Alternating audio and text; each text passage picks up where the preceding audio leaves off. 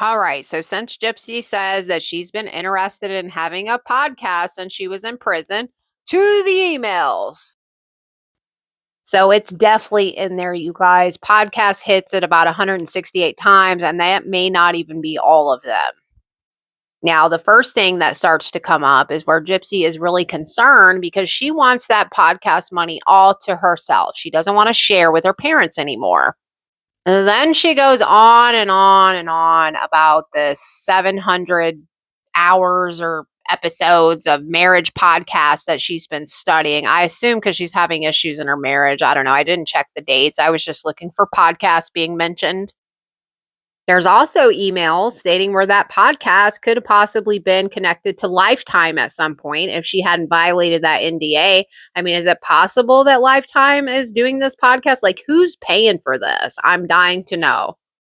Right there is the email where she wants her podcast earnings to be separate from her parents. On 3/12/2023, Gypsy says she no longer feels comfortable involving them anymore, them being Rod and Christy. I guess I didn't understand how obsessed Gypsy was with this podcast thing because she's constantly, have you heard anything about the podcast? Is he going to do a podcast with me? What about that podcast? Now, this email is inbound. It says, Happy Thanksgiving, update on work things. The podcast is moving forward and they want 3 seasons. It also says that they are in Spokane, Washington, dealing with their mom's Habitat for Humanity home sale. Okay, let's keep going. This one is outbound. It says, I'm going to talk to blank tonight and see if he's interested in doing a podcast with me. Can the contract be negotiated with his participation in mind? Kind of like she mentions even power of attorney because she doesn't want that money going to Rod or Krusty. She felt if they were working on a project together, her and him, that the money should be shared between them and not her parents. This one is outbound as well. I spoke with blank and I feel like he and I are on board for the podcast.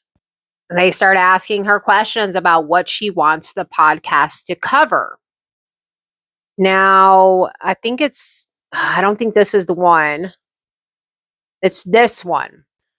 This one is inbound and it says, good news. Lifetime came back and said they would be interested in your podcast. They'll give me a salary to write it out and they want the podcast. You will get a contract for that. And then they start talking about speaking to the New York Times, just like press stuff for her book, it sounds like.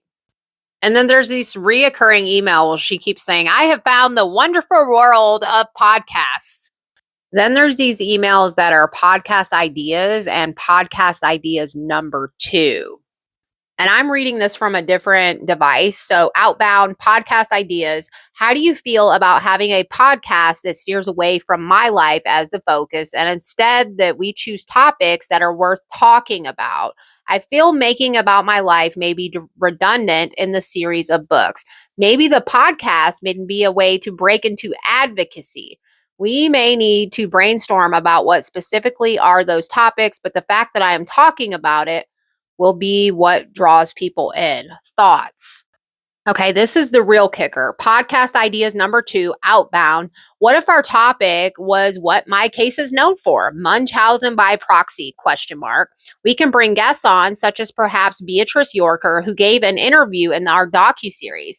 Maybe we can see if we can interview blank blank, who wrote her memoir called Sickened. We can get a doctor who specializes in MBP. We can get a psychologist as a guest. The point is, I have exhausted myself of talking about myself. Perhaps we can come at the angle of having discussions about the aspects of what MBP is and talk about my experiences in a subtle but engaging way. Gypsy, what do you mean you've exhausted? There are still thousands and thousands of questions out there that go unanswered every day because you choose to avoid instead of meeting confrontation head on. I'm going to end this video here, you guys. I only went through half of them, not even half. I'm going to continue to see what this podcast is all about because she wants to be so mysterious about it when we can clearly see that she did have these ideas back in prison. And there's a lot of information there as to what's going on with this flipping podcast. MBP, girl, I can't. I swear, you guys, I just might pass away if she makes this podcast all about Munchausen by proxy and invites on who? Flasterstein and Beatrice Yorker. This is just a subtle way to try to keep pushing that narrative. Justice for Dee Dee.